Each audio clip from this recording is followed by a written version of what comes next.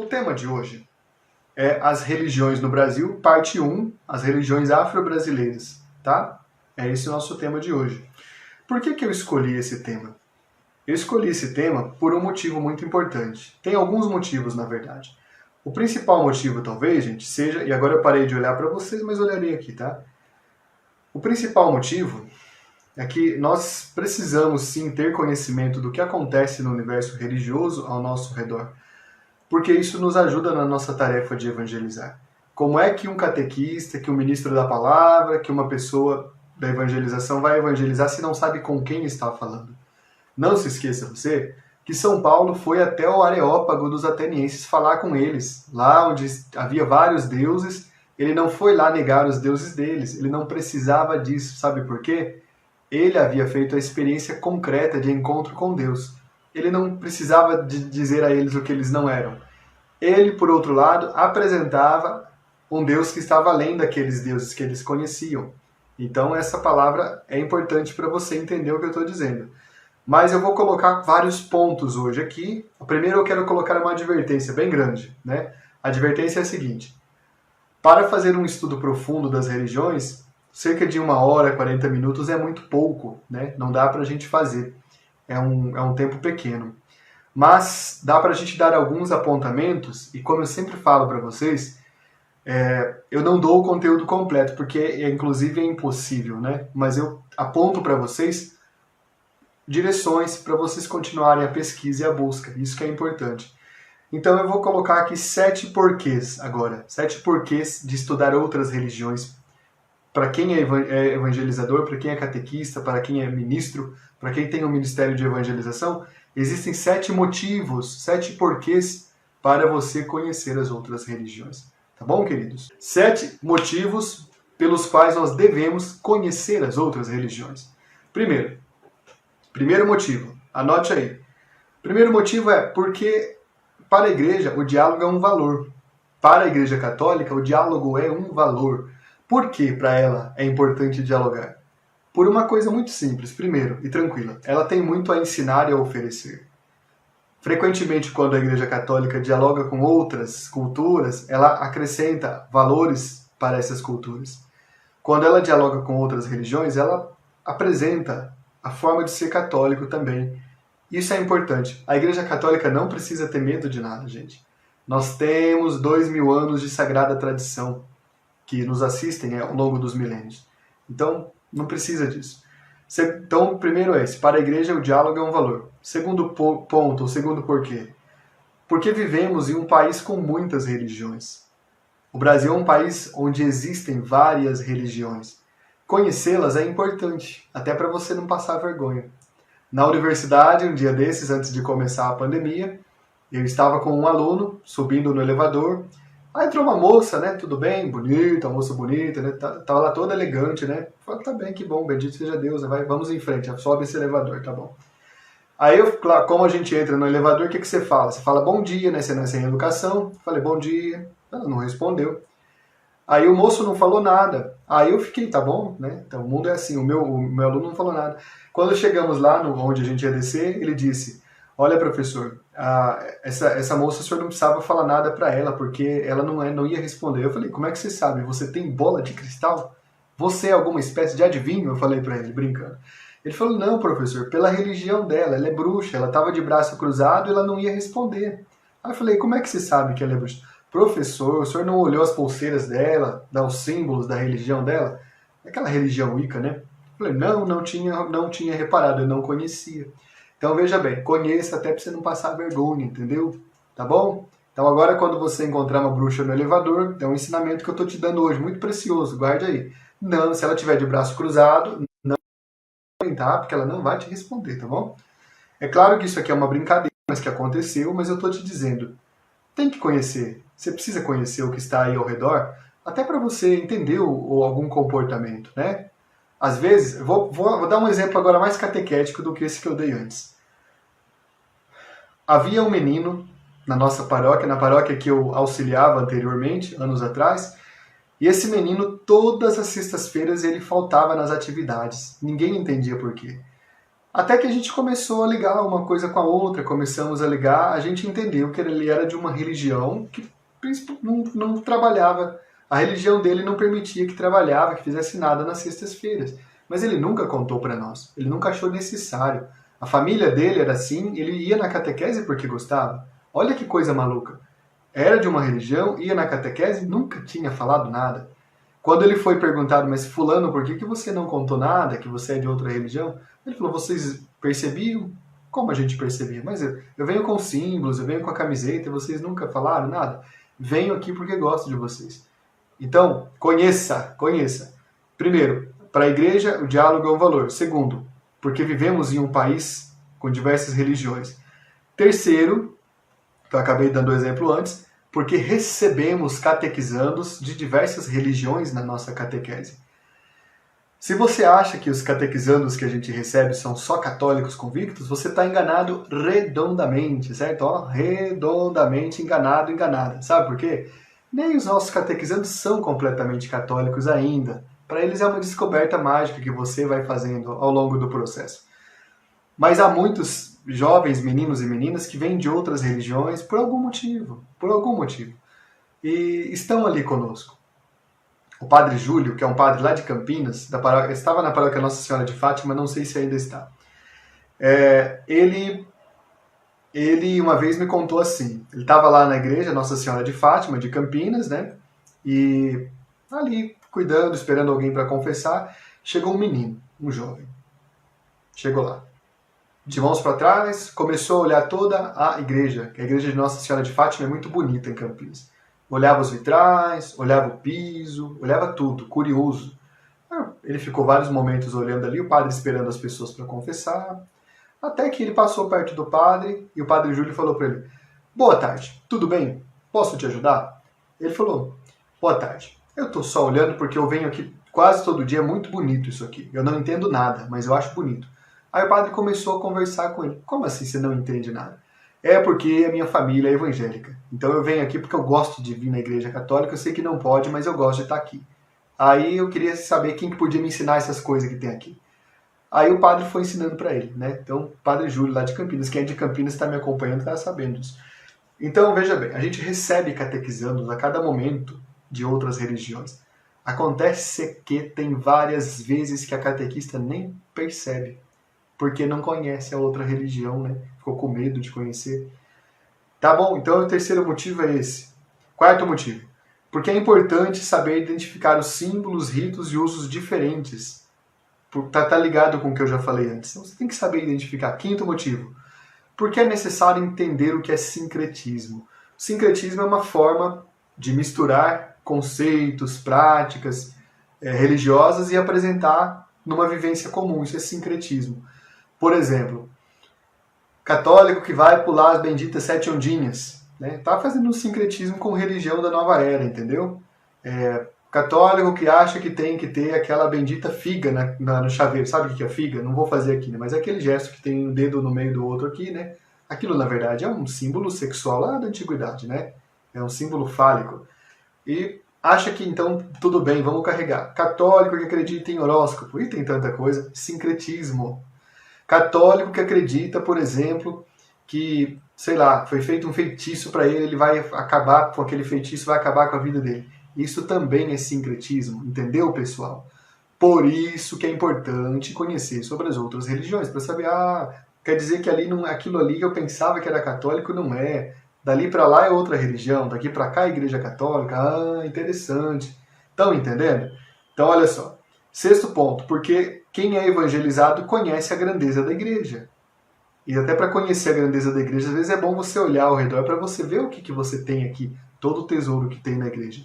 Sétimo ponto, mais importante de todos, porque a evangelização depende da compreensão de quem é o nosso interlocutor. Ou seja, resumindo, para evangelizar é preciso compreender. Tá? Vamos falar os 7 pontos de novo iniciais. Primeiro, porque para a igreja diálogo é um valor. Segundo, porque vivemos em um país com muitas religiões. Terceiro, porque recebemos catequizandos de famílias de outras denominações. Quarto, porque é importante identificar símbolos, ritos, costumes. Quinto, porque é necessário entender o que é sincretismo. Sexto, porque quem é evangelizado entende a grandeza da igreja. E sétimo, porque para evangelizar é preciso, sétimo, compreender. Entendeu? Então esse é o motivo. Por que eu estou fazendo esse apanhado antes para você? Eu vou te dar as bases hoje e você continua a busca depois, né? Já somos aqui muitas pessoas, mais de 260 pessoas acompanhando. Veja bem, quando essa propaganda foi ao ar essa semana, eu tive que algumas vezes vir aqui na página para responder pessoas ignorantes, na verdade, dizendo assim: quanta coisa da Igreja Católica para ensinar e você vai ensinar isso? Aí eu perguntei: e você já acompanhou quanta coisa eu já ensinei da Igreja Católica? Eu perguntei: nós temos um curso de catecismo em andamento agora com 3.000 pessoas participando. É bastante ou é pouco? Além de tanta coisa que a gente já falou. Então eu acho necessário, queridos, apresentar assim um panorama das outras religiões até para você melhorar a tua evangelização, tá bom? Este olhar que a gente vai fazer é um olhar resumido, mas vai te dar bastante clareza sobre elas. Tudo bem, pessoal? Vamos em frente? O que a Igreja Católica fala disso? Nossa, Altieres lá, o catequista em missão, tá falando das outras religiões, meu Deus, o que vai acontecer? Vamos chamar o Papa Francisco? O que a Igreja Católica fala disso? Ela fala o seguinte: posso dar uma tarefa de casa para vocês? Eu vou dar uma tarefa para vocês hoje. Já que nós não vamos ter sorteio de carro, nós vamos ter tarefa. Vocês não quiseram sorteio de carro, agora nós vamos ter tarefa, entendeu? Eu queria pedir para vocês darem uma olhada numa declaração do Concílio Vaticano II. Ela é uma pagininha só, chamada Nostra Aetate, a nossa idade, né, o nosso tempo. O que fala essa declaração Nostra Aetate? Vamos dobrar aqui, né, porque vocês viram que hoje está quente aqui em São Paulo, né? A declaração Nostra Aetate fala assim, vou fazer uma citação para vocês do número 1 dela, fala desse jeito: hoje o ano se torna unido e aumentam as relações entre os vários povos. A Igreja considera mais atentamente qual a sua relação com as religiões não cristãs e na sua função de fomentar a união e a caridade entre os homens, as pessoas, e até entre os povos, considera primeiramente tudo aquilo que os homens, as pessoas, têm em comum e leva à convivência. Está no artigo 1º da Constituição, da Declaração. E no artigo 5º, vou ler só o título por conta do tempo. O título é assim, ó: a fraternidade universal e a racial religiosa. Esse é o capítulo, é o artigo 5 dela, que diz: não podemos, porém, invocar Deus como Pai comum de todos se nos recusamos a tratar como irmãos alguns homens criados à sua imagem. Eu vou mandar o conteúdo para vocês sistematizar. A declaração Nostra Aetate fala isso, mas há outras declarações. Olha só, para quem evangeliza, tem que conhecer um decreto também do Vaticano II chamado Ad Gentes, no seu número 11. Tem que ler a Constituição Dogmática Lumen Gentium, no seu número 17, que fala que há sementes do verbo espalhados pelas religiões. Entenda o que eu estou dizendo. Por causa dessa visão, a Igreja respeita as outras religiões. Nós não somos uma seita que depende de atacar as outras religiões para crescer. Nós não somos um grupo fechado que depende para unir o nosso rebanho para falar mal de outro. Nós não precisamos disso, tá bom? Então esse curso aqui, gente, não é para fazer você, vai se converter para a religião tal. Não é isso. É para você entender, né? Então eu tive esse desprazer essa semana de ter que lidar com gente assim, né? Mas é normal. Como diz o Evangelho de Santo Isaías, tem dia que de noite é assim mesmo, tá bom? É brincadeira, não tem Evangelho de Santo Isaías, como você sabe. Mas tem dia que é difícil, né, a coisa, né? Tudo bem? Olha a Nadir dizendo que teve uma catequizanda que eram espíritas. Eles apenas iam porque gostavam de nós e dos encontros. Tá vendo? Tem muito, assim, tem muito. Vai falar o quê pra ela? Não vem não, vou te bater. Claro, tem que explicar, né? Isso aqui é uma preparação para o sacramento, você tem que saber o que significa o sacramento, tem que pertencer à Igreja Católica, né? Gente, nós não precisamos, eu repito, a gente não precisa fazer nenhum tipo de malcriação, sabe? Nós não precisamos. É muito simples. Eu já tive também pai que o pai era espírita, era candomblessista. Aí ele queria que o filho viesse. Eu falei muito francamente para ele. Eu falei: olha, meu senhor, é um prazer que o senhor queira que o teu filho venha aprender os preceitos morais do catolicismo. Mas aqui é a Igreja Católica. O teu filho vai ter que fazer uma opção se ele vai querer ser católico ou se ele vai querer ser da sua religião, né? Nós não temos nada contra, mas aqui é uma preparação para o sacramento. E foi muito tempo catequizando até aquele pai, até que ele, por fim, ele falou para o filho, filho, então não precisa mais ir. Porque ele, na infância, a avó também tinha colocado ele na catequese, ele achava importante. Ele falou para o menino, não precisa mais ir. Por fim, o menino voltou 2 anos depois para fazer a crisma, mas aí o menino tinha decidido optar pela Igreja Católica. Tá bem.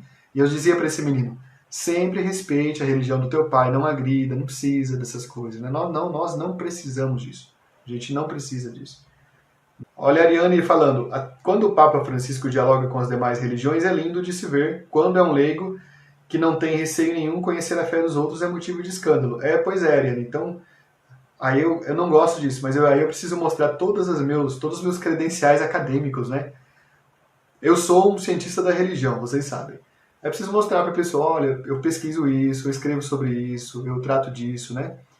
Eu presto um serviço à Igreja Católica observando as outras religiões também. Eu já escrevi livros sobre isso. Pode ser muito útil para todo mundo, né?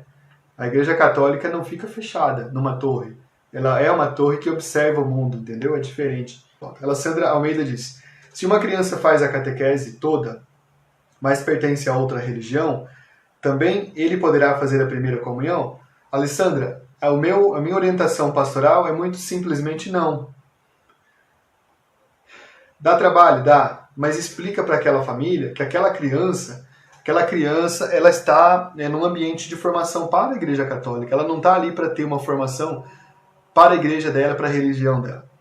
E que aquela formação prepara para um sacramento que tem uma adesão. Tem que explicar. Tem que explicar com muita tranquilidade, com muita calma, né? Tem que explicar. E aí a família mesmo, ela às vezes a família então opta por ser católica, opta por deixar de uma vez, né? Tem isso tudo aí, tá bom, pessoal? Então a igreja falou isso que eu já ensinei, a gente já viu os 7 motivos, tá? Inclusive porque para evangelizar é preciso conhecer. E agora vem uma questão histórica. Eu vou colocar 4 pontos de questões históricas aqui. O primeiro ponto da questão histórica é: a escravidão de pessoas foi um crime monstruoso. O Brasil foi formado a partir desse crime monstruoso. Foram escravizados pessoas que eram donas desta terra, que eram os indígenas, e pessoas que foram tiradas da sua terra, que eram os africanos. O Brasil é fruto desse processo de violência. Catequista que não olhar para isso, ou falar que isso não existe, ou falar que isso é mentira, está sendo uma fraude um catequista desse, porque o Brasil é formado assim. Quase toda a população do Brasil tem um grau de mestiçagem, por exemplo. Carrega sangue indígena ou africano. Então, isso é um fato. O que tem a ver a escravidão com essa questão de religiões afro-brasileiras? Tem a ver já isso aqui que nós vamos ver. Ó. No tempo da escravidão, que é o segundo ponto. O segundo ponto é esse. O último refúgio de dignidade eram as tradições culturais. Quando as pessoas foram roubadas pelos europeus roubadas da África pelos europeus e trazidas para cá, para serem escravizadas, o último refúgio que elas tinham eram as tradições para se apegar. Ainda assim, os europeus eram muito bons em fazer isso, né? Os portugueses, né? Enfim, a história está vendo tudo acontecer. Eles pegavam uma pessoa de uma etnia, separavam as famílias, pegavam de outra, e aí colocavam etnias diferentes junto, para que eles não tivessem um ponto de unidade comum. Foi aí que foram sendo formadas as religiões afro-brasileiras. Porque pessoas de uma região da África cultuavam uma divindade chamada orixá. Pessoas de outra região não cultuavam orixá nenhum. Pessoa de outra região cultuava outro. É assim. Aí eles foram tecendo essas religiões afro-brasileiras, que têm vários nomes. As mais conhecidas são candomblé, mas tem vários. A gente vai falar os nomes já. E umbanda. Tá? Então o segundo ponto é esse. O terceiro ponto é o seguinte, preste atenção nessa frase. Se houve evangelização, houve com violência. Como assim? A evangelização que acontecia era, no Cais do Valongo, no Rio de Janeiro, os portugueses jogarem água benta nas pessoas escravizadas e amarradas ali, acorrentadas. Batizando elas assim desse jeito, batizando por atacado, sem nenhuma catequese. Isso não foi evangelização. Isso foi algo indigno de uma pessoa que se achava cristã. Agora, eu e você que somos cristãos não podemos negar. Quem nega essa realidade não é cristão. Essa é a verdade nua e crua, tá bom? Ah, você que está dizendo isso? Eu, Papa Francisco, Papa João Paulo II, Papa João Paulo I, Papa João XXIII, Papa Paulo VI, todos, tá bom? Quem nega as realidades do sofrimento humano, negou a primeira realidade do sofrimento humano chamada cruz de Nosso Senhor. Não pode. Veja bem o risco, viu? Então, olha só. Se Cristo morreu para a gente ter vida, né, e ele levou sobre si todo o sofrimento, depois os cristãos fazendo sofrimento, quer dizer que Cristo não tinha entrado no coração daqueles miseráveis ainda. Só que aqueles miseráveis somos eu e você hoje. Tenha cuidado com isso, viu? Quarto ponto, então. Os cultos afros foram se formando por assimilações religiosas, foram se mesclando. E aqui vem uma questão de preconceito, tá? Ó, antes de entrar nas especificidades, qual que é a questão de preconceito? Você já viu um lançamento de um filme aí, qualquer assim, que tenha, por exemplo, o deus nórdico Thor? Tem alguns filmes que tem o deus nórdico Thor. E eu sei que vai muita gente católica assistir esses filmes. Pode assistir? Ah, gente, é filme, é ficção. Vai assistir se você quiser. Eu não vou, não gosto desse tipo. Mas é um deus. Aí, acontece, por exemplo, que alguém fala de um orixá, sei lá, qualquer orixá dos africanos, das religiões afro-brasileiras. Aí a pessoa, meu Deus, que problema grave, que problema sério. Agora eu fico perguntando, qual que é a diferença entre, para você que tem como Deus Jesus Cristo, qual é a diferença, no que te abala na tua vida, falar de um Deus chamado Thor, ou de um Deus chamado, sei lá, Hermes, chamada Diana, chamado Apolo, deuses gregos, né, romanos, um Deus africano. Qual que é exatamente a diferença? Onde que abala você dentro da tua fé? Eu não entendo, para te falar a verdade. Então é isso. No Brasil, assistiram o filme do Thor, essas motos aqui um dia eu paro aqui a transmissão, eu vou lá conversar com elas, hein? Esses filmes aqui, desculpem, Bruna, corta essa parte. A Raquel também. Pronto. A Raquel edita o filme, né? E a Bruna edita o áudio para a Rádio Catequese. Uma pessoa que fica com esse pensamento, ela está naquela lógica que eu falei da matriz. Por isso que era importante falar da matriz para vocês.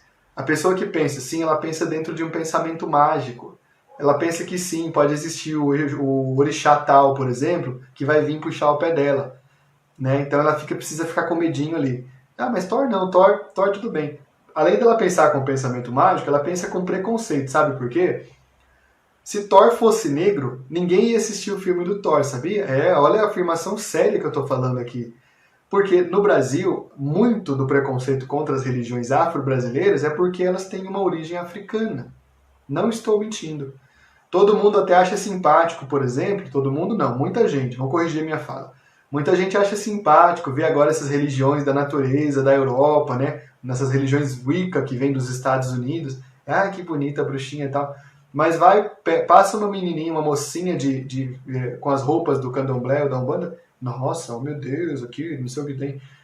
Eu só acho, como catequista que eu vou dizer agora, eu só acho que alguém que fala assim não entendeu que Jesus Cristo é o centro da vida ainda. Porque se Jesus é o centro da vida, não há outro centro que possa fazer nenhum tipo de influência na minha vida. Se a divina Eucaristia é a luz que ilumina a minha vida, se eu sou uma pessoa eucarística, eu vou ficar com medo de alguma outra coisa? Então isso aí é porque tem um pensamento mágico na cabecinha das pessoas. Olha a catequista, onde que entra a matriz cultural e religiosa brasileira? A matriz entra por coisas que a gente não pensa. Tem um pensamento mágico e tem um pensamento de preconceito, tá bom? Muita gente usa símbolos de outras religiões. Tudo bem, mas se for um símbolo de religião afro-brasileira, oh meu Deus. E aqui católico não tem que usar símbolo de religião nenhuma. Usa o símbolo da Igreja Católica. Qual é o maior símbolo da Igreja Católica? Qual é o maior símbolo que você pode ver? O maior símbolo da Igreja Católica é a pessoa batizada, não é? A glória de Deus não é a pessoa viva, o homem vivo? Pois é.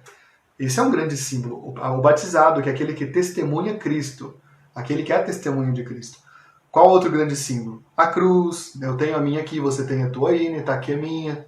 Toda a vida sempre tive, ó. Tá aqui, ó. A cruz de Nosso Senhor. O terço. O que mais? Tem muito símbolo. O pão, o peixe, né? Muita coisa é símbolo para nós. Para que vamos usar outro símbolo? Nem precisa. Mas enfim, mas quando é um símbolo de outra religião, usa, e quando é um símbolo assim, dos afro-brasileiros, que medo, né? Gente, pelo amor de Deus, nenhuma coisa nem outra, seja fiel. O que mais? Há um ponto aqui importante, preste atenção nisso. Mais um elemento da matriz, influenciando nessa visão que a gente tem contra as religiões afro. Há uma influência perigosa do pentecostalismo contra essas religiões, e a cada dia ficamos sabendo de novos crimes contra elas, até da figura do traficante de Jesus.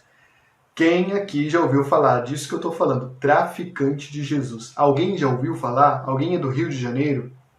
Pois é. Quem que é a figura do traficante de Jesus? É um bandido, traficante de favelas, que se converteu ao pentecostalismo e agora ele vai fechar terreiros que estão lá há décadas lá ajudando o morro. Ele vai fechar a comunidade católica que está há décadas, né, promovendo o crescimento, promovendo ações humanas, comunidade católica. Mas esse traficante de Jesus, ele é uma pessoa convertida ao pentecostalismo. Vocês lembram do exemplo da menina Kailane de Campos, que foi recebida pelo nosso arcebispo do Rio de Janeiro, inclusive, né, para ele acalmá-la e mostrar que nós somos diferentes. 2 homens fundamentalistas atacaram a menina com pedra na cabeça. Por que atacariam uma menina de 12 anos de idade? Atirando pedras no escuro da noite, uma criança, né? Você acha que está certo isso? Está errado. Tem o elemento do preconceito, tem o elemento da visão mágica do mundo, né?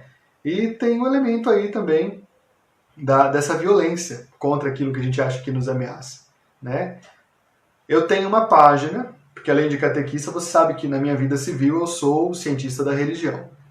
Eu tenho uma página chamada Observatório da Violência Religiosa. Já falei aqui uma vez.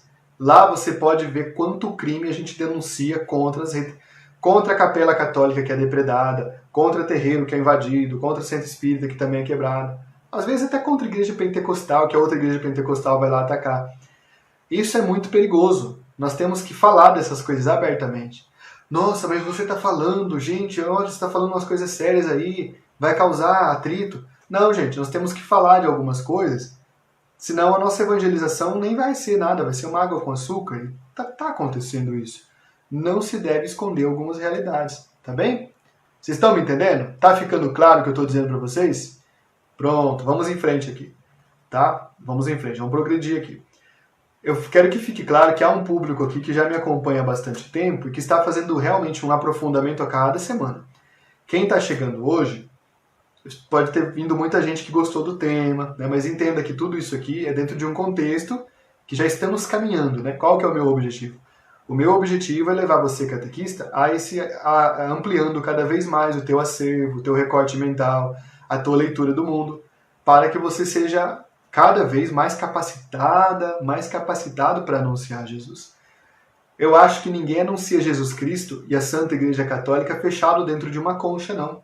Ninguém faz isso. Não faz, né? O próprio catecismo, ele não é um escudo contra os outros. O catecismo são asas abertas quando você o abre, para que ele te permita voar sobre o mundo e ver a realidade do tempo atual para evangelizar. Se você não vê, você não vai evangelizar. Tá bom? É sim, é verdade. Vamos lá.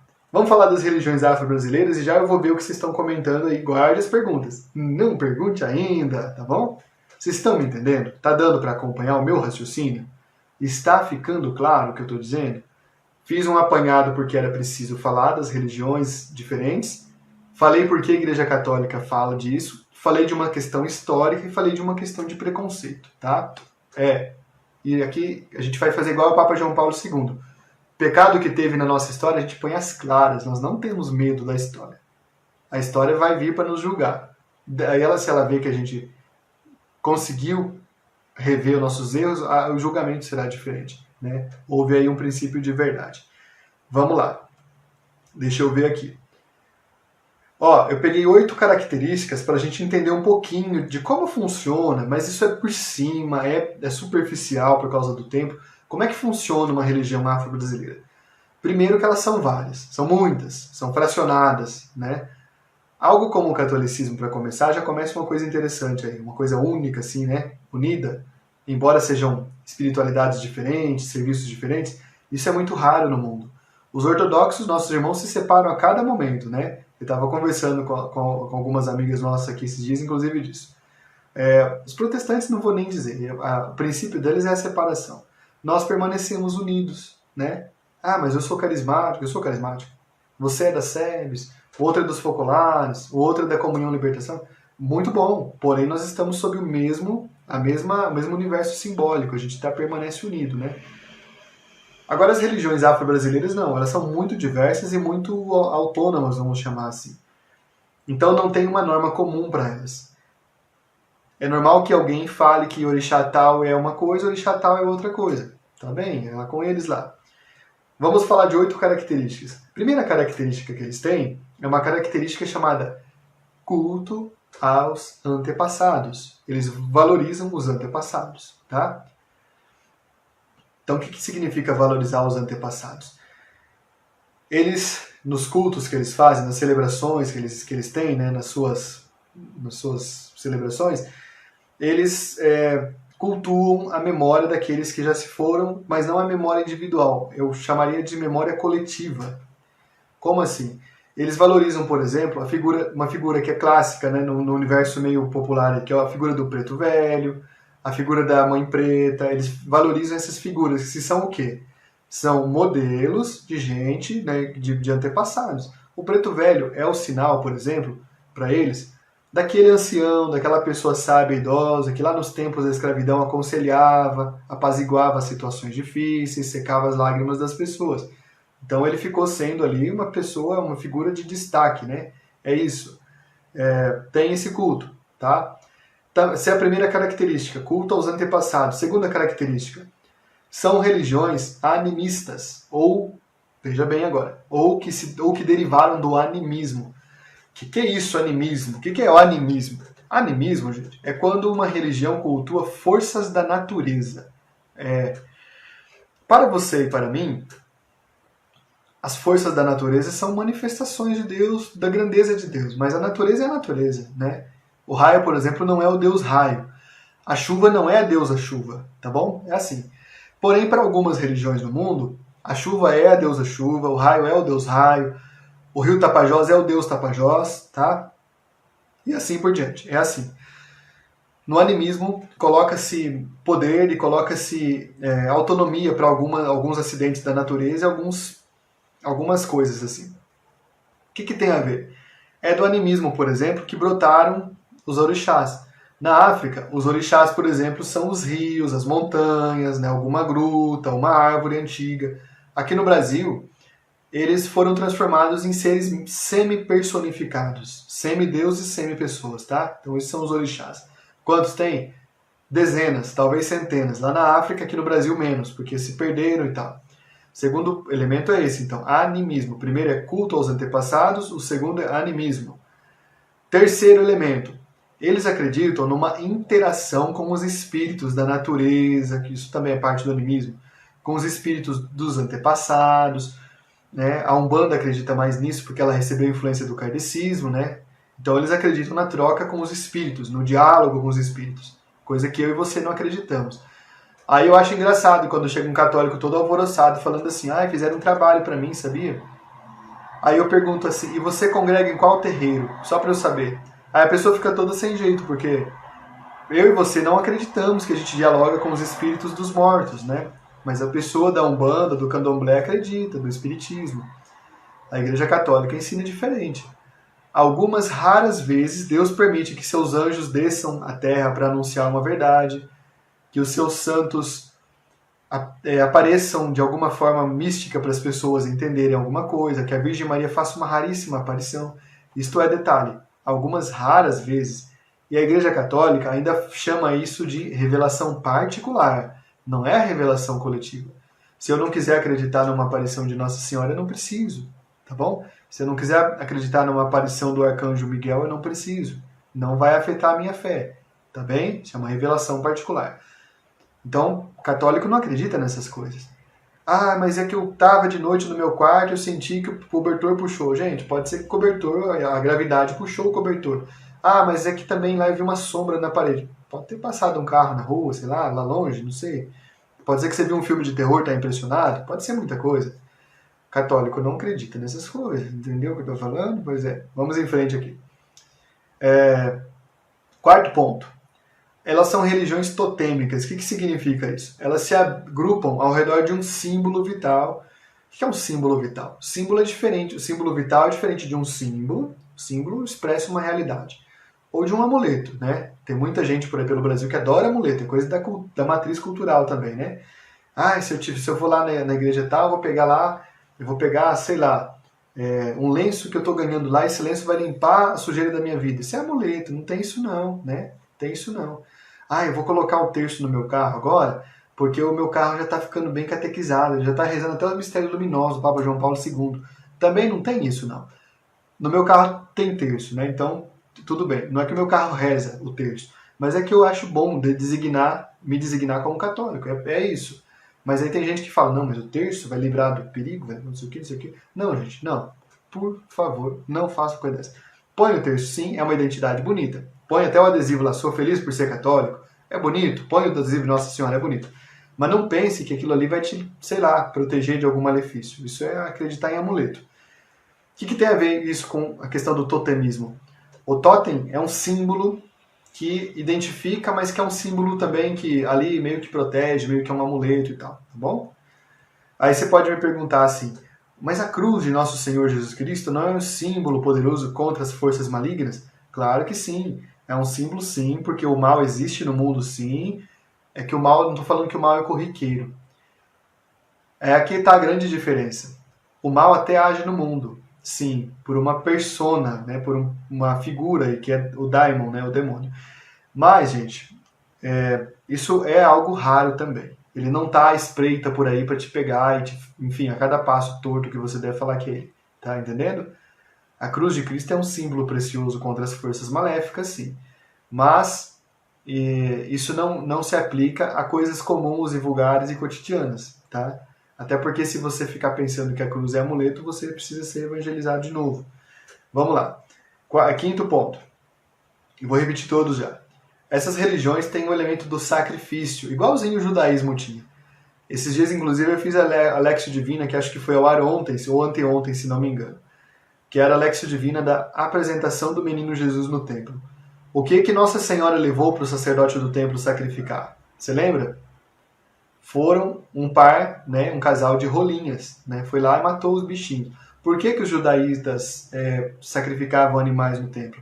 Eram antigas inspirações religiosas deles, tá? Coisa antiga deles lá. As religiões afro-brasileiras também têm sacrifício de animais. Todas, não todas, tá? Algumas não têm. Umbanda, por exemplo, não quis, mas o candomblé tem. É coisa deles lá, é coisa deles. É o sacrifício de animais, tem lá neles lá. Tem mais um elemento que esse põe medo em todo mundo, que todo mundo morre de medo, né? Aqui perto de onde eu moro, deve ter algum centro, eu não sei, mas deve ter, porque quase sempre, quase toda semana tem uma pracinha, né? E tem ali uma coisa, chama de ebó, né? A oferenda, eles chamam de ebó. Tem ali uma vela, tem uma farofa, tem uma coisa. É da religião deles. Eu vou lá chutar, eu não preciso disso, criatura de Deus. É coisa da religião deles, né? Como eu não quero que ninguém agrida a nossa sagrada procissão na rua, que ninguém se incomode com o sino das nossas igrejas, estão ali, tá ali, os passarinhos vão lá, comem, não sei, a coisa é dos orixás dele, deixa lá. Nós não precisamos de ofender ninguém, tá bom? Tem essa coisa da oferenda, então. Mas vai fazer oferenda para fazer feitiço para minha vida. Olha aqui, católico, de novo. Se você é uma pessoa eucaristizada, a grande força do mundo é a divina Eucaristia. É Deus a força do mundo. Já São Tomás de Aquino resolveu isso, Santo Agostinho resolveu. Outro elemento da matriz entra aí, a luta do bem contra o mal. Não tem essa luta do bem contra o mal. A única luta do bem contra o mal que acontece é aqui, ó, dentro do teu coração, entendeu? Que luta é essa? Escolher o certo ou errado. É aí. Só que é uma questão da razão. Não é uma questão que tem um espírito, uma entidade, uma situação assim que ela vai me fazer um malefício, vai cada passo. Não, gente, não é. Não pense nisso. Isto é acreditar nessa situação, tá? O que mais? Se é a questão da oferenda. É coisa deles, é coisa da tradição deles, tá? Sim, o sétimo ponto já é isso que eu também falei. Não há uma divisão entre o bem e o mal. E o oitavo ponto é que há uma ética diferente da ética ocidental. O que é o oitavo ponto? Como assim uma ética diferente? A nossa ética, que nem sempre nós seguimos, é de que o bem deve ser colocado até o limite da felicidade do outro. O meu bem não pode ultrapassar a felicidade do outro, senão vai ser um malefício. Isso é a nossa ética ocidental que herdamos dos gregos, dos romanos. A ética deles, porém, é levemente diferente. Eles acreditam, não é que eles acreditam que pode magoar a pessoa, mas a ética dessas religiões é uma ética africana, não ocidental. Fala que a felicidade do indivíduo é irrestrita. É complicado para você e para mim entender isso. Fique tranquilo, não fique preocupado não, fique tranquilo. É o jeito deles pensarem. O que quer dizer assim? A ética deles fala que a felicidade é irrestrita. Eles olham primeiro a felicidade da pessoa. Ah, a pessoa quer conquistar um emprego, por exemplo. Faz lá uma oferenda, um sacrifício para o orixá tal. Aí já entra toda a coisa da matriz também. Ah, eu quero conquistar o marido do outro. Faz um negócio lá para conquistar o marido do outro. Isso aí, gente, não é coisa que a gente julga com a nossa ética e principalmente por um motivo claro, que eu volto a falar. Não impacta na nossa vida. Isso não impacta na nossa vida. Está entendendo? Eu não sei se eu consigo ser mais claro do que isso. Deixa fazer, faz lá a oferenda, pode fazer, não vai chutar, não vai maltratar, deixa lá, deixa lá. Ah, mas tá fazendo para roubar o meu marido, meu namorado. Gente, quem acredita em Deus, é Deus que ilumina o mundo, tá? Se você, não vai acontecer isso, não precisa ter medo, não precisa ter medo disso, né? Quem tá me entendendo, tá entendendo o que eu tô dizendo, né? Tá entendendo o que eu tô dizendo. Vamos lá, falar de umas rapidinhas aqui, de umas religiões rapidinhas aqui. Uma muito conhecida é o candomblé. O que é o candomblé? É uma religião que pegou aspectos tradicionais, danças tradicionais, vestimentas tradicionais, uma sequência deles de celebrações próprias, e é o candomblé. Candomblé é tudo igual? Ih, não, varia muito, muda para lá para cá, depende do estado, há várias formas. O candomblé foi uma expressão que primeiro vai ficando mais visível a partir do século XIX, do ano de 1870 e tal, começou a se manifestar e tal. A Umbanda, que é sempre falada perto de candomblé, é muito diferente. O que a Umbanda é? No candomblé tem sacrifício de animais, na Umbanda não tem. No candomblé tem uma série de deuses, né, de orixás, que na Umbanda não tem.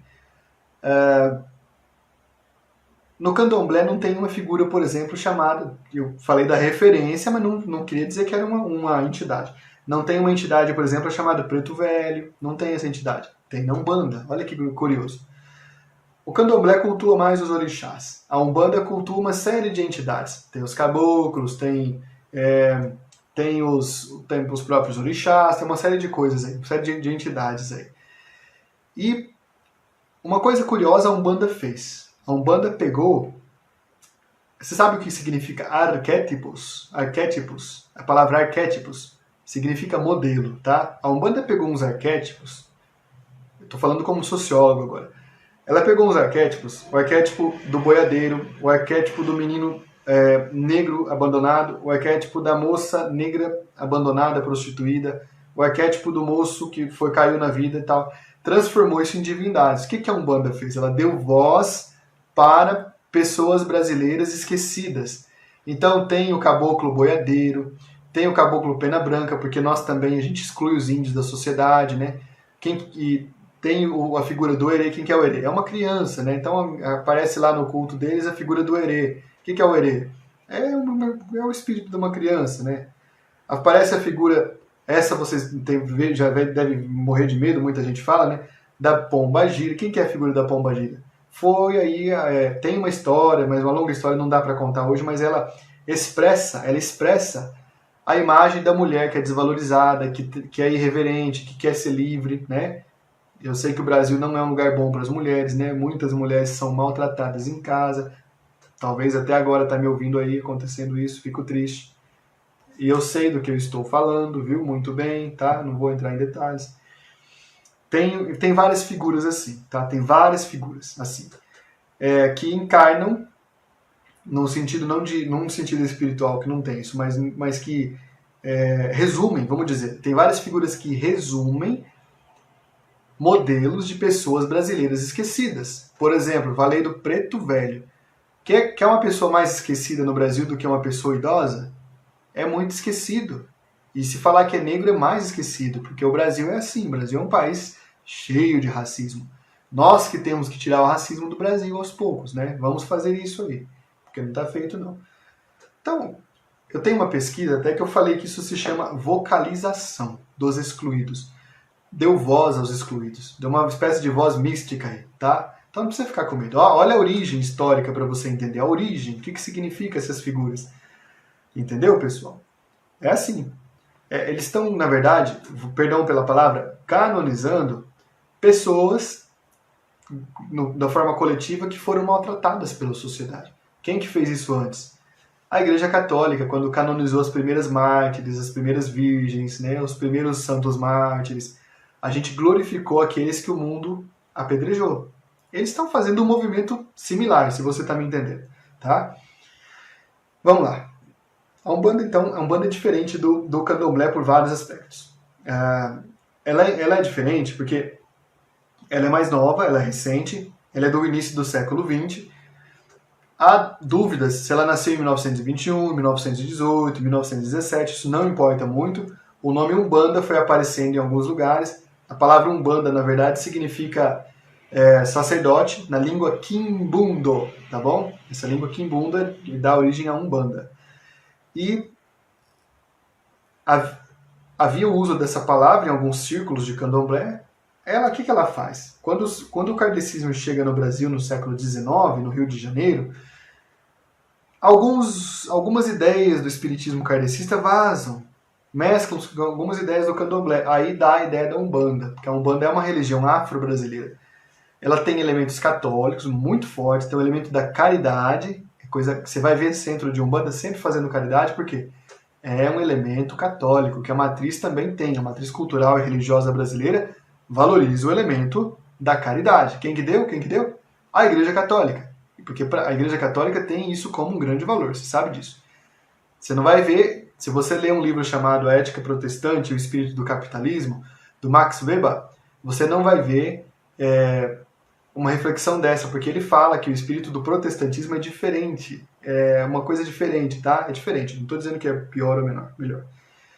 Então, a Umbanda absorveu isso. O espiritismo chegou no Brasil também, absorveu essas coisas católicas. Para que fizeram isso? Muito simples, gente. Para se legitimar como religião. Num campo majoritariamente católico, eles tinham que pegar algum elemento que o povo valorizava no catolicismo. Por isso que nós veneramos as nossas religiosas, as nossas freiras, né? Elas são mulheres da caridade. Tem muita gente que até fala assim, irmã de caridade, né? Olha que engraçado, né? Todas as irmãs fazem caridade com a própria vida, para começar. Mas porque para os católicos é um valor, entendeu? Tá. Então a Umbanda tem um elemento da caridade. A Umbanda também tem um processo de iniciação mais leve que o do Candomblé. O processo de iniciação do Candomblé leva vários meses, antes levava alguns anos, é caro, porque a cada tempo que a pessoa vai lá, faz um processo, faz um rito, a pessoa paga uma festa para a comunidade, é uma coisa coletiva, é uma festa, uma coisa bonita até, né? Eu fui? Nunca fui, não se preocupe não, eu estudo, né? Fique tranquilo. Mas se fosse também não tem problema, porque a minha fé é muito, muito clara, muito definida, ó, chama-se Jesus Cristo, né? E a Umbanda não tem esses processos de iniciação tão longos, o processo é mais curto. Então a Umbanda, digamos que ela está a meio caminho entre o Espiritismo, que veremos amanhã, e o Candomblé, que a gente viu um pouco hoje. Há outros nomes para as religiões afro-brasileiras. Por exemplo, há uma variação dessas religiões chamada Jurema. Essa variação tem muita influência indígena. Chegou até o século XXI, mas também tem influência africana. Como é que a Jurema é conhecida? Como Catimbó, por exemplo. Entendeu? Catimbó é a mesma coisa que Jurema? Nem sempre. Que Candomblé? Não. Que Umbanda? Não. Que mais? Vou falar outros nomes aqui para vocês. Ó. Babassuê, que é chamado lá no Pará. No Rio Grande do Sul é chamado de Batuque. Tem vários tipos de Candomblé. Tem o GG, tem o Quetu. No Maranhão e no Pará também tem uma outra religião chamada Tambor de Mina. Cada uma daria um encontro aqui, mas não é o nosso objetivo. No Pernambuco tem o Xangô, né? No Espírito Santo tem a Cabula. Que mais? Tem o Candomblé de Caboclo na Bahia, tem o Catimbó na Paraíba e no Pernambuco. Tem a macumba no Rio de Janeiro e São Paulo, por isso, e ao mesmo tempo você não pode falar macumba para todos, porque macumba é algo muito especializado, né? Ao mesmo tempo, muitos recusam o nome de macumba, então tenta evitar, tenta evitar. Principalmente aquela brincadeirinha boba chuta que é macumba, você não precisa falar isso. Não fala isso. Pagelança, toré, xamba, xambá, enfim, tem vários nomes aqui. Quimbanda, tem tudo isso aí. Tá, o que nós vamos reter dessa história aqui? Vamos preservar o seguinte, É importante conhecer alguns aspectos, voltando para o que falamos no início, para melhorar a tua visão de como evangelizar. Conhecendo alguns aspectos desse tipo de religiosidade, você faz o que a Igreja Católica já te pediu para fazer lá no Concílio Vaticano II. Você olha para o mundo e você pode dialogar com o mundo. E você acaba perdendo medos, preconceitos e ajudando as pessoas a perderem também, certo? Ajudando uma forma sadia de catolicismo. Porque quando as pessoas não conhecem direito, igual tem alguns movimentos por aqui na Igreja Católica, às vezes, né? Tem alguns pregadores que fazem bastante mal para a igreja, na verdade, essa é a verdade. Ficam pondo medo nas pessoas ao invés de ensinar valores como a caridade, a doação, a espiritualidade, a mistagogia, não é? O valor da divina Eucaristia. E as pessoas ficam pondo outros medos nas pessoas. Porque, olha, foi feito um trabalho, olha, vamos fazer o descarrego. Gente, isso não é coisa nossa.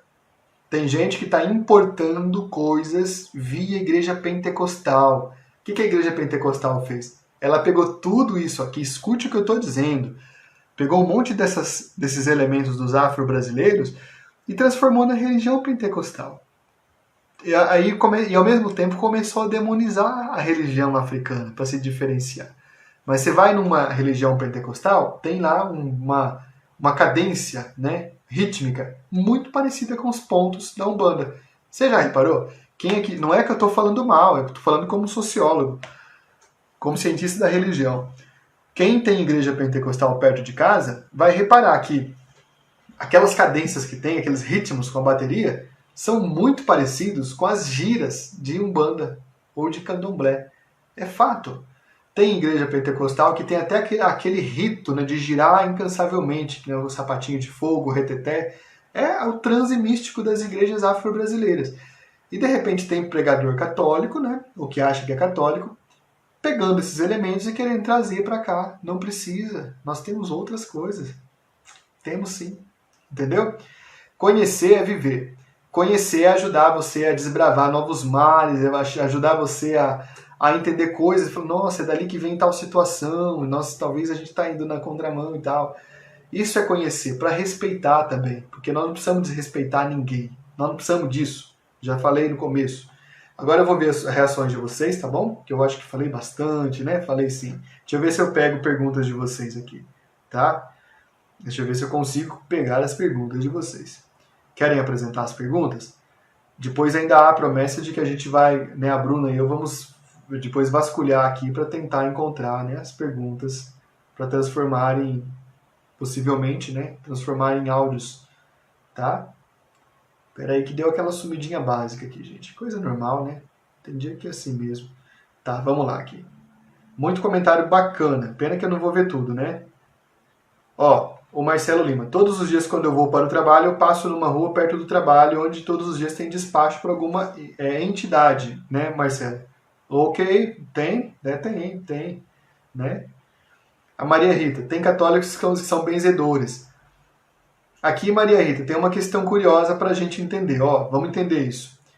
Tem católicos que realmente abençoam as pessoas usando o raminho, usando água benta. Tem muito católico que faz isso. Sabe por quê, gente? O Brasil, no século XIX, não tinha padre. Mas o Brasil tinha muita cobra, muita onça e também tinha até lobisomem e mula sem cabeça. Eu não estou falando com ironia, não.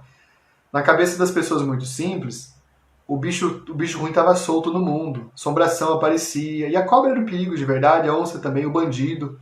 O que acontecia? Eles se apegavam com Deus em volta de pessoas idosas que tinham mais oração, que eram pessoas místicas, que rezavam ali o rosário e tal. E não tinha padre. É a origem das nossas benzedeiras. As benzedeiras são católicas, viu? São sim. É muito normal ter benzedeira que elas são católicas, elas vão na missa, rezam o terço, gostam do Papa. É isso, são senhorinhas que benzem. Ou você acha que o Brasil também sempre teve, além de não ter padre, sempre teve catequista? Não teve. Quem que rezava, quem que ensinava a Ave Maria e o Pai Nosso? Eram essas senhoras, entendeu? É isso. Agora, em alguns estados brasileiros, tem a figura do benzedor. O que é o benzedor? Esse sim, dependendo. É uma pessoa ligada a algum culto de candomblé que não fala que é pai de santo, porque senão as pessoas vão ter preconceito. Então ele usa uma imagem do catolicismo. Fala que ele é o quê? Igual um católico, um benzedor. Mas tá bom. Mas você identifica visivelmente. Né? Que mais? Muito comentário pulando aqui. A Célia Rocha disse, não peguei o início da aula, mas estou adorando a explicação. Célia Rocha, ó, aquele beijo múltiplo para você. Muito obrigado, viu? Silvana chegou atrasada, ficou com falta. Silvana, sua penitência vai ser você repassar essa live para 10 grupos. Quem chegou atrasado vai repassar para 10 grupos. Deixa eu ver o que mais aqui. A Maria Rita diz que a Umbanda acredita na reencarnação. Realmente, eu nem mencionei tudo. A Umbanda acredita na reencarnação. Né? Isso é verdade. Aí o candomblé. Ficou confuso para o candomblé, porque o candomblé não tem o que eu vou chamar de magistério. Cada terreiro de candomblé acredita numa coisa. Cada centro de Umbanda acredita também, tá? Tá bom? Não tem aquele médium lá que muita gente foi visitar ele lá, o João de Deus, que ele falava que ele recebia o espírito de Santo Inácio de Loyola? Eu nunca acreditei, sabe por quê? As falas do João de Deus, claro que eu não acredito nisso, mas as falas do João de Deus nunca falaram de Lexio Divina, nunca falaram de exercício espiritual. Então aquilo era grande fraude, né? Então essas são as benzedeiras, viu, Vanusa? Que eu respondi para vocês aí. Né? Muito bem. A Fátima Meirelles está lembrando do calundu, muito visto no Pará, que é um ritual do curandeirismo.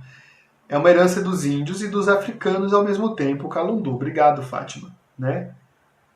A Rosivânia pergunta, o kardecismo é um tipo de religiões? Sim, é um tipo, sim. Amanhã nós falaremos dele, inclusive, viu, Rosivânia? Muito bem. A Mabelle pergunta, de novo, a dúvida das benzedeiras. Gente, de novo, eu repito com toda tranquilidade. A maior parte das benzedeiras são senhoras piedosas católicas, tá? Que antes curavam os males que não tinha médico e não tinha padre para curar. É isso. Só que, eu não falei, mas tem uma coisa chamada processo de longa duração. O que é um processo de longa duração? É algo que atravessa séculos. Vai demorar muito tempo ainda as pessoas acreditando em algumas superstições que entraram no nosso catolicismo popular. Vai demorar tempo. Vai demorar tempo até as pessoas entenderem que o diabo está amarrado. Vai demorar tempo até as pessoas entenderem que a Santíssima Eucaristia é a grande presença de Cristo na realidade, entendeu? Ela demora, vai demorando. Né? As curandeiras, né, as nossas benzedeiras existem ainda. Elas estão curando, estão benzendo, elas aprenderam com a avó. A minha avó nasceu em 1888, a minha bisavó nasceu em 1823 e assim por diante. Já falei essa história para vocês. Né? Imagina, se vou puxar mais umas avós minhas aí, vai lá em 1500. E a sua também. Então são ideias que vêm passando, né? Tá bom, queridos? Deixa eu pegar mais aqui, comentário, né? Deixa eu ver aqui. A Maria Solange teve uma crismanda que se identificava com a Umbanda, possivelmente aprendeu em família, né? Também tive, viu, Maria Solange? Obrigado pelo comentário. A Gisele Teles não conhece pentecostal. Gisele Teles, pentecostal é, por exemplo, a Igreja Assembleia de Deus, é a Igreja Congregação Cristã, neopentecostal é a Igreja Universal, a Igreja... Enfim, eu falei na última formação. Dá uma assistidinha lá que você vai ver, tá? Tem no Brasil todo, talvez aí perto da tua casa tem também, tá bom? A Eliana está dizendo que ótimo esse tema. Esta Eliana, minha querida, ó, aquele beijo, Eliana. A Eliana criou um grupo de mini retiro, gente, lá em Piracicaba e ficou excelente. Já está quase acabando as vagas. Obrigado, Eliana. A irmã Socorro voltou. Obrigado, irmã. Tá aqui conosco, né? Que bom. Deixa eu ver o que mais aqui. A Marta Regina Mello queria saber o que é o Vale do Amanhecer. Eu sou o maior pesquisador de algumas religiões no Brasil. Eu presto esse serviço para a igreja. Meu Deus, por que você não pesquisa a Igreja Católica?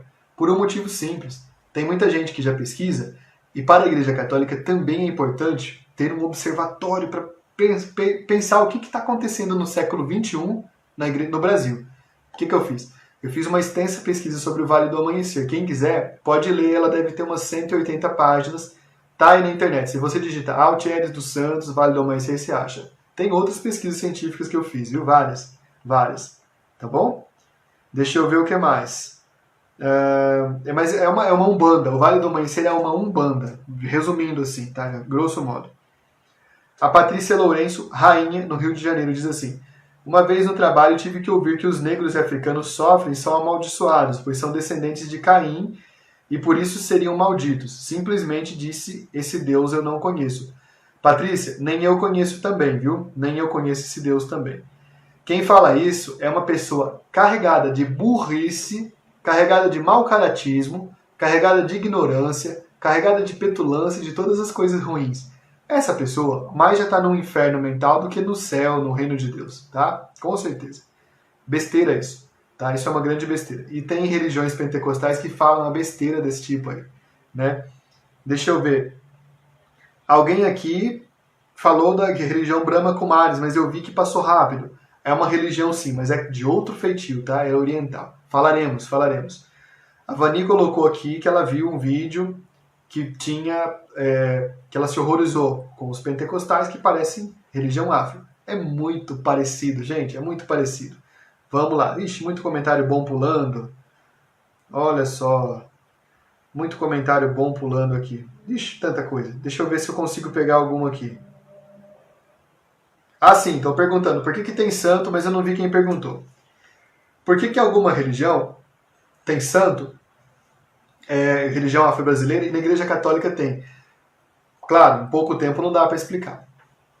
Por causa do sincretismo, os africanos que vinham no Brasil, escravizados, precisavam manifestar a fé para um orixá. O que eles faziam? Eles pegavam algum elemento de um santo e falavam, bom, esse santo parece parece o orixá, por exemplo, Ogum. Aí pegava, falava, esse aqui é Ogum. Mas não era Ogum, ele era São Jerônimo, por exemplo. Aí pegava um outro orixá, por exemplo, pegava um santo e falava, aquela santa ali, o que ela parece?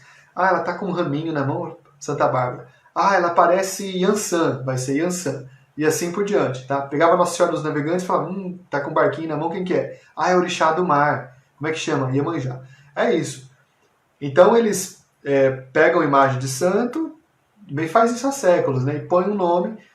É motivo de preocupação? Eu acho, assim, entendo o que eu vou dizer. A Igreja Católica influenciou, gente. Quase que seria assim um motivo, puxa, a Igreja Católica influenciou, que orgulho, né? Não é que eles fazem maldade com o santo e anulam a história, não é. Eles usam uma representação católica e sabem disso. Para eles, porém, significa outro Deus deles, entendeu? É assim, é simples assim, tá? A Maria de Jesus Câmara. Altieres, o que você diz sobre a questão da mediunidade? Porque falam que quem é médium precisa desenvolver e passar a curar. Obrigado pela pergunta, Maria. Ó, vou falar como católico. Não tem isso de mediunidade, gente. Não existe. Católico que acredita em mediunidade já está com as ideias da matriz na cabecinha, né? Então precisava separar melhor. Eu e você temos uma coisa chamada sacerdócio universal dos fiéis, dado por quem? Pelo nosso sagrado batismo, que nos abençoou, nos integrou ao corpo místico de Cristo. Nós temos dons espirituais? Temos sim. Quais são esses dons espirituais? São muitos. A bondade, a caridade, o amor, esses são dons espirituais incríveis. O que eles falam assim, você é médium, tem que desenvolver? É um chamariz para você passar por um processo de iniciação. É igual eu falo para os meus crismanos, salvando as proporções, eu falo, vocês são filhos e filhas amados de Deus. Vamos fazer um caminho para descobrir esse amor. Vamos descobrir esse amor? É isso. Né? Você foi amado pelo maior amor. Vamos descobrir esse amor? Aí eles falam, não sei. E eu vou dizer para eles, enquanto você não descobrir, tua vida não vai estar bem, porque você vai estar perdido com várias coisas na tua vida, vários projetos.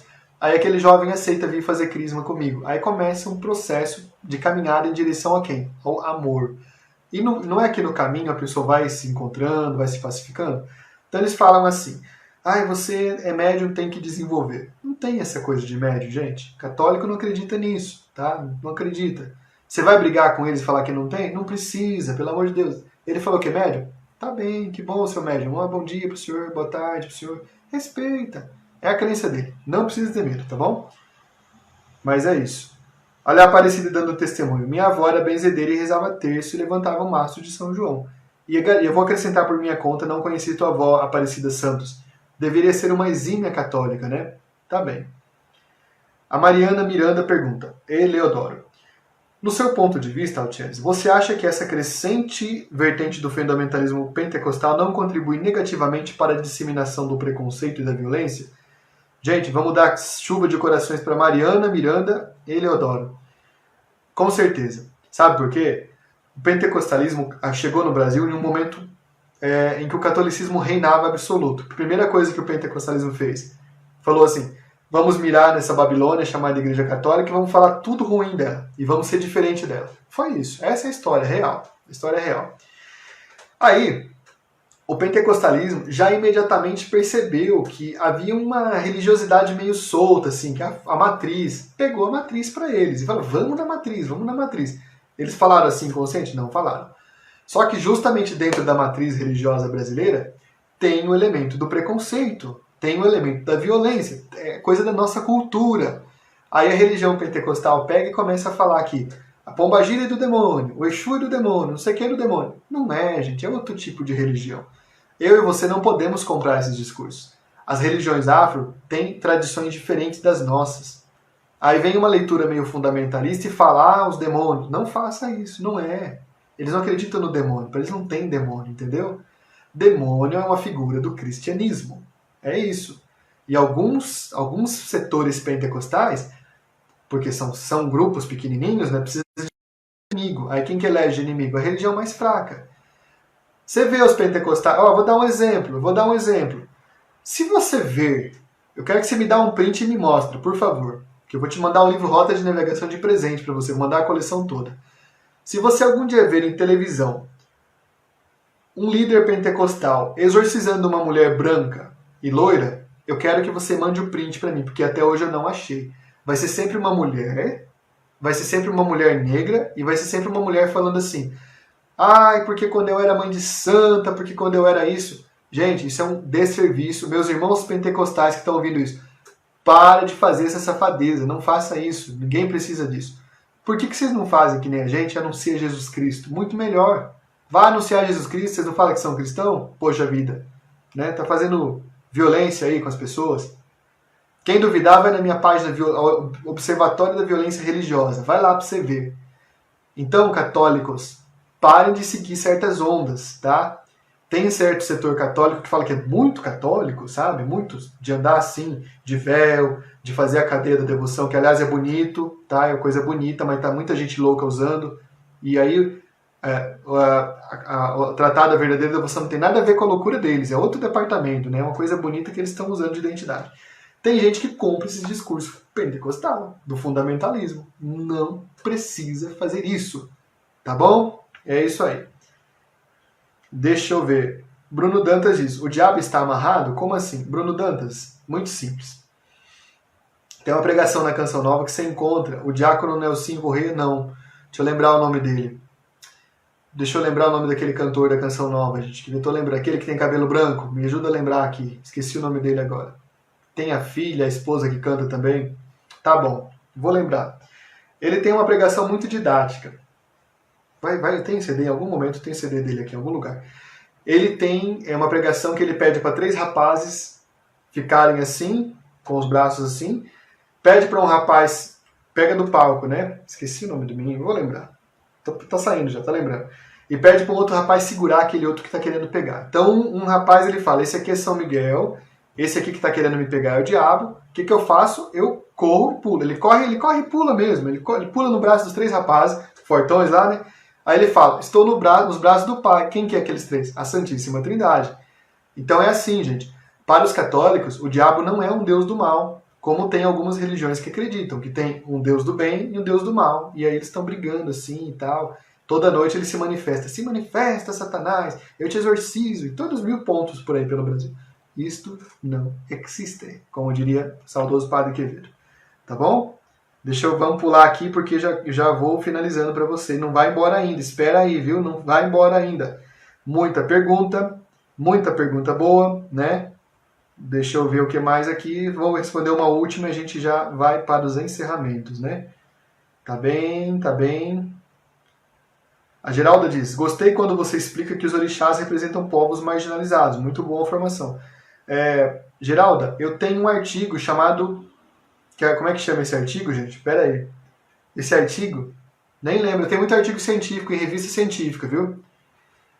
Eu acho que é a vocalização dos excluídos. Digita lá, Altieres dos Santos, a vocalização dos excluídos. Ah, não. Jeová contra os orixás. Tá num livro meu, inclusive. Tá num livro e tá num artigo. Quem que é Jeová contra os orixás? É esse Deus, assim, meio maligno, que luta contra o diabo, e aí, não é que o Deus faz isso, as pessoas que pensam, né? E então certos líderes elegeram e começaram a fazer luta contra. É isso, tá? Pesquisa aí e lê Altieres dos Santos, Jeová que eles falam, é isso mesmo. Jeová contra os... Tem tanta artigo que eu nem lembro. Pesquisa aí que você vai ver. A Lilian diz, cresci conhecendo a Umbanda, minha madrinha era mãe de santo, imagina. Mas sempre tive bem definida a minha doutrina. Aí, normal, gente, normal. Minha família tem parte da minha família que é kardecista. Vocês pensam que eles levaram a sério o dia que eu quis ir pro seminário? Imagina, ixi, ó, acabaram com a minha raça, não gostaram, né? Ainda bem que vocês me acolheram, né? Não gostaram. Então é normal, a gente tem esses problemas mesmo, né? A gente tem esses problemas mesmo. Bola de neve é uma religião? Sim, neopentecostal, viu, Aparecida? Deixa eu ver. A Silvana, Silvana, hein? E as nossas tapiocas de terça-feira, hein, Silvana? Que dia que vai voltar, hein? Tá dizendo, sua explicação é clara e perfeita. Obrigado, minha querida. Bom, muitos comentários aqui, né? Que bom, que bom. Vou pegar o último aqui. Rodrigo Marques, meu querido Rodrigo. Altieres, como está o crescimento do sincretismo no Brasil? Parece que tem uma forte onda de que tudo pode, tudo é bom. Eu acho até que isso aí seria mais um relativismo, né, Rodrigo? Que tudo pode, tudo tanto faz, tudo é neutro. O sincretismo cresce, respondendo ao Rodrigo e a todos nós, por causa da ignorância. Se a gente soubesse conhecer mais as outras religiões, mas a nossa a gente tem que conhecer primeiro, né?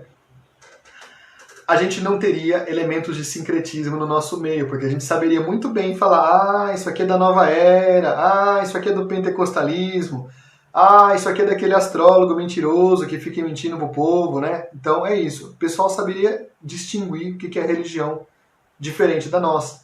E falar, isso aqui não é catolicismo, o Papa não fala isso. Só que na cabeça das pessoas simples, vira uma coisa chamada balaio de gato. Você sabe o que é essa expressão, balaio de gato? Vira um balaio de gato e as pessoas aí mesclam tudo e falam, catolicismo lindo. Não é não, tá enganado. Não tem nada de catolicismo, um monte de coisa, tá bom?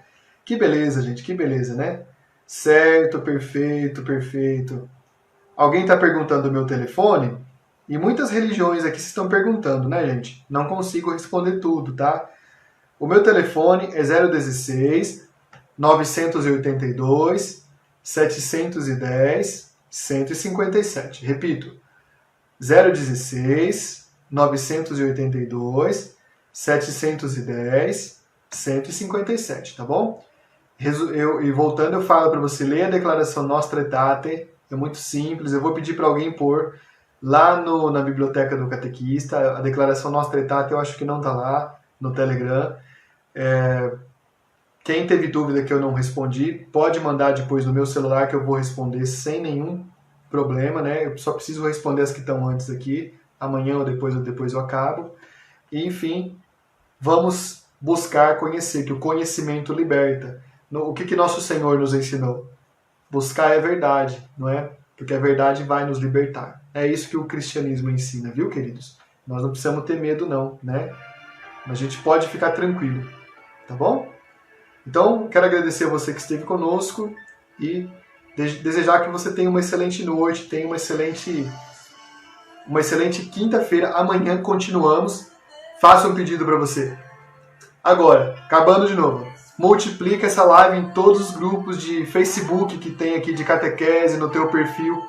Vamos aumentar o fluxo dessa página. É tanto conhecimento bom que é uma injustiça ficar para poucas pessoas como nós. Vamos aumentar porque a gente pode influenciar a catequese no Brasil a ganhar outro nível, outro patamar, tá bom? Quero que você fique com Deus, que você descanse e amanhã nos vemos aqui, tá bom? Então compartilha a live, curta essa página e amanhã não falte, tá bom? E aqui é a Helena Ribeiro encerrando para nós, né? E vamos rezar. Estivemos reunidos em nome do Pai, e do Filho, e do Espírito Santo. Amém. Louvado seja nosso Senhor Jesus Cristo, para sempre seja louvado.